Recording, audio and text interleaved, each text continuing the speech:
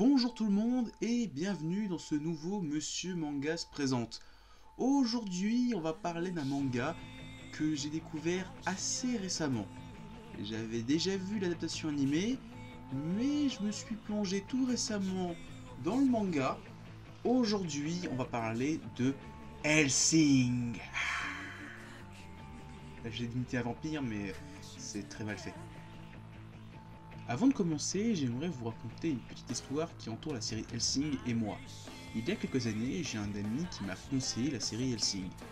Donc j'ai vu les 13 épisodes et j'ai accroché à l'univers, mais c'était pas ouf, je me suis dit bon, sans plus. Et j'ai poursuivi ma vie, sans acheter les mangas. Et quelques années plus tard, est sorti en France Drifters. J'ai kiffé, direct j'ai accroché au style, à l'univers. Et bon bah voilà, le temps a passé. J'ai acheté les tomes quand ils sortaient au fur et à mesure des années. Et l'année dernière, courant octobre, est sortie l'adaptation animée de Drifters. Et j'ai repensé à Hellsing. Et je me suis acheté les 10 tomes. Et j'ai pris une grosse claque. Parce qu'en fait, je me suis rendu compte que l'animé que j'ai vu, celui de 13 épisodes, s'arrêtait au tome 2 ou 3. Et après, c'était du complètement hors série. Et en fait, cette coupure, et ben putain, ce qu'il y a après ça, après les 2-3 premiers tomes, c'est juste un truc de ouf. Et on va en parler tout de suite. Mais d'abord résumé. Hellsing est un manga écrit par Kota Hirano en 1997. La série compte 10 tomes et ils sont tous disponibles chez Tonkam. L'histoire raconte les aventures de l'organisation Hellsing, un ordre de chevaliers de l'église protestante qui existe pour exterminer les forces du mal. Et plus exactement, les vampires. Tous les soirs, ils éradiquent, éviscèrent, exterminent des morts vivants, des ghouls et surtout des vampires. À la tête de cette organisation se trouve Integra Fairbook Wingate Hellsing, qui gère d'une main de fer toutes les affaires paranormales. Et dans cette organisation, nous suivons Alucard, le meilleur agent de Hellsing, qui est un vampire. Et oui, avec Hellsing, on combat le feu par le feu. Tout se passait bien pour Hellsing jusqu'à l'arrivée trop régulière de vampires. Son origine, l'organisation Millennium qui veut conquérir le monde avec des vampires. Alucard va donc devoir lutter contre cette fameuse organisation millénaire. Avant de commencer, j'aimerais parler de la référence littéraire qu'il y a dans Hellsing. Parce que Hellsing, ça vient d'un roman écrit par Bram Stoker. Ça s'appelle Dracula. Dedans, il y a un personnage qui s'appelle Abraham von Hellsing et c'est un chasseur de vampires.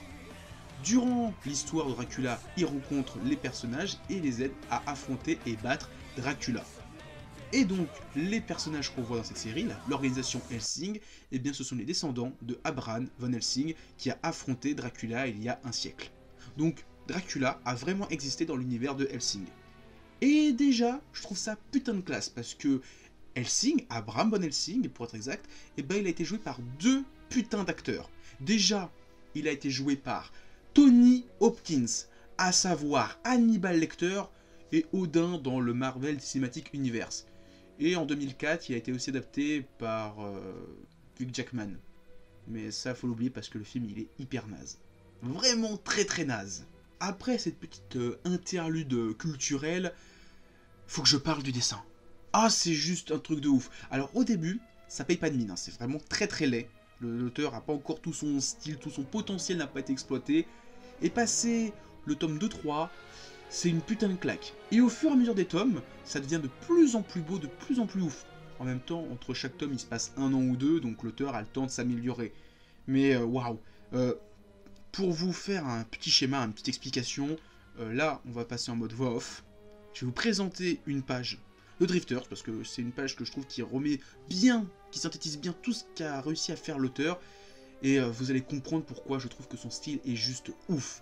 C'est complètement à contre-pied de tout ce qu'on a dans les mangas habituels, mais waouh. Donc là, voix off, je vais vous présenter un petit peu une planche, vous allez comprendre, rien qu'avec cette planche, l'idée, tout le génie de Kota Hirano, l'auteur de ce manga, Hellsing et Drifters.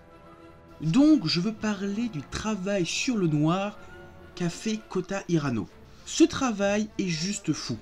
On va prendre un exemple avec une page pas du tout pris au hasard. Je vais prendre une page de Drifters parce que c'est une page qui contient bien ce que j'ai envie de dire et que je l'ai retrouvé assez facilement. Et surtout que c'est une page qui spoil rien du tout. Regardez-moi ce travail sur les contours du personnage. Ce trait gras hyper appuyé en bas de page et un peu plus fin en haut de page. Ça donne cette impression de perspective du personnage. On croirait que son pied va sortir de la page. Et ça c'est beau. Pareil pour le sang. Faire une différence avec un trait blanc pour différencier le sang ancré en noir et la nuit ancrée en noir. Ça donne une planche très noire et c'est ce qu'on va souvent retrouver dans Hellsing et Drifters. Mais grâce à ce petit trait blanc, on différencie la nuit et l'hémoglobine. Limite, s'il pouvait rajouter, en plus du noir traditionnel qu'on trouve dans les mangas, la couleur rouge, tous ces mangas seraient en rouge. Tellement il y a de sang, tellement c'est violent, tellement c'est gore. Dans ce manga, il faut aussi pas mal s'accrocher parce que l'auteur part dans des gros délires et il y a beaucoup de références, que ce soit l'histoire, la mythologie ou le populaire.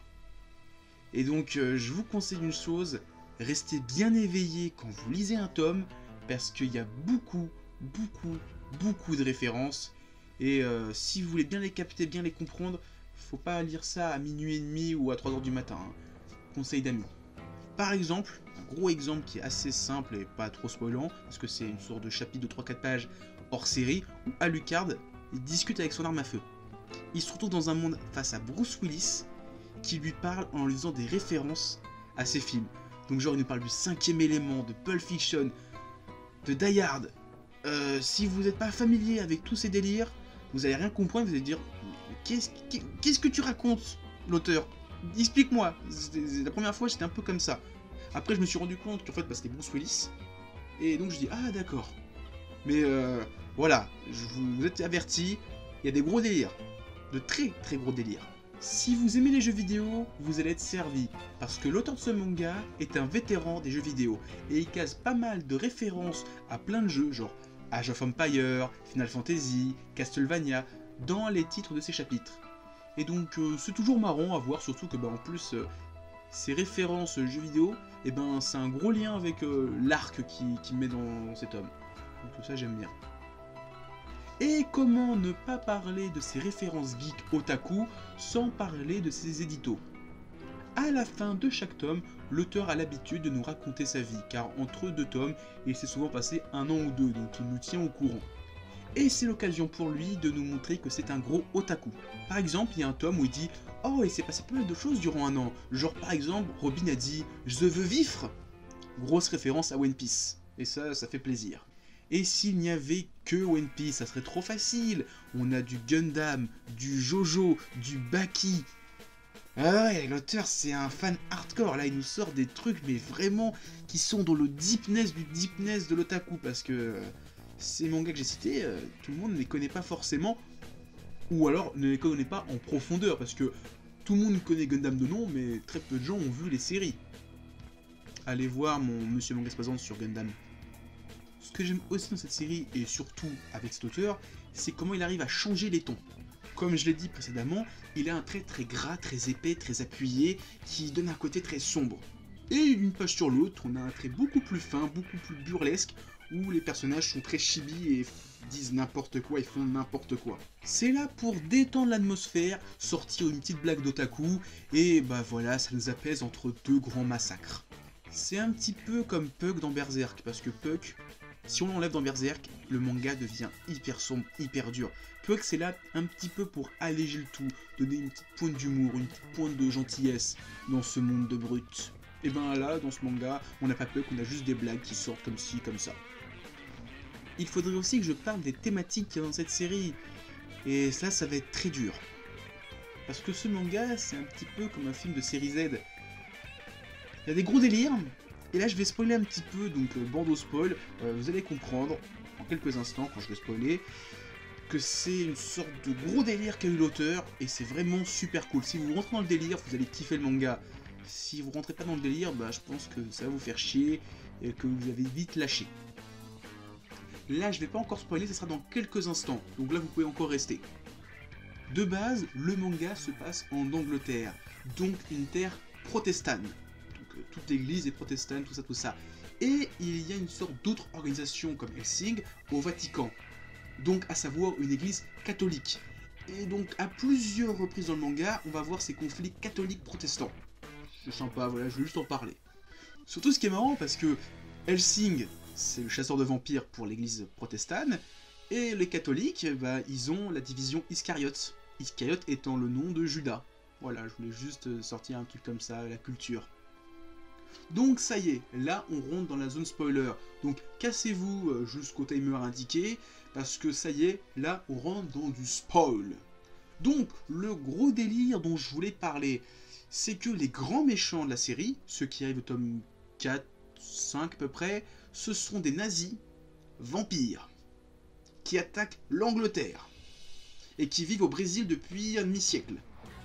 C'est un gros délire, un truc de taré, starbé, complètement n'importe quoi, mais si vous rentrez dans ce délire là, un petit peu comme j'ai dit, film de série Z, vous allez kiffer parce que il y a des combats de malades, des scènes de malades, de la tension de ouf, voilà.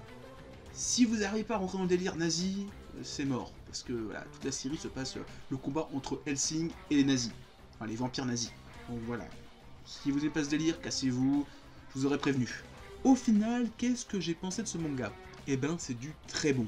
À l'origine, je connaissais Kota Hirano pour Drifters, parce que j'ai surtout lu ce manga. Et je me suis rendu compte qu'en lisant Hellsing, j'avais un petit peu la genèse de tout ça. Le côté violent, les références historiques, tout ça. Eh bien, je me suis dit que c'était dommage d'avoir découvert Hellsing si tard, parce que franchement, c'est une très très bonne série. Si vous avez aimé la série Drifters sur Wakanim, je vous invite à lire les mangas, ou sinon à essayer de trouver la série Hellsing Ultimate, une série de 10 OAV d'à peu près 1 heure chacun, qui est hyper fidèle au manga. D'après ce qu'on m'a dit, je ne les ai pas encore vus. Peut-être qu'entre le moment où je tourne cette vidéo et le moment où elle va sortir, j'aurai vu quelques épisodes. Mais d'après ce qu'on m'a dit, les amis qui ont vu la série quand j'ai dit que j'ai commencé à lire Hellsing, très beau, très fidèle, un truc de ouf. Surtout que bah, comme c'est des OAV, la censure à 0, ils font ce qu'ils veulent. Et bah les mecs qui ont fait les OAV, c'est les mecs qui ont fait la série d'animé. Donc voilà, vous êtes déjà servi, ça sera de la qualité. Si tu aimes la violence un petit peu à la Berserk, et si tu aimes l'humour complètement décalé, Hellsing c'est ta cam.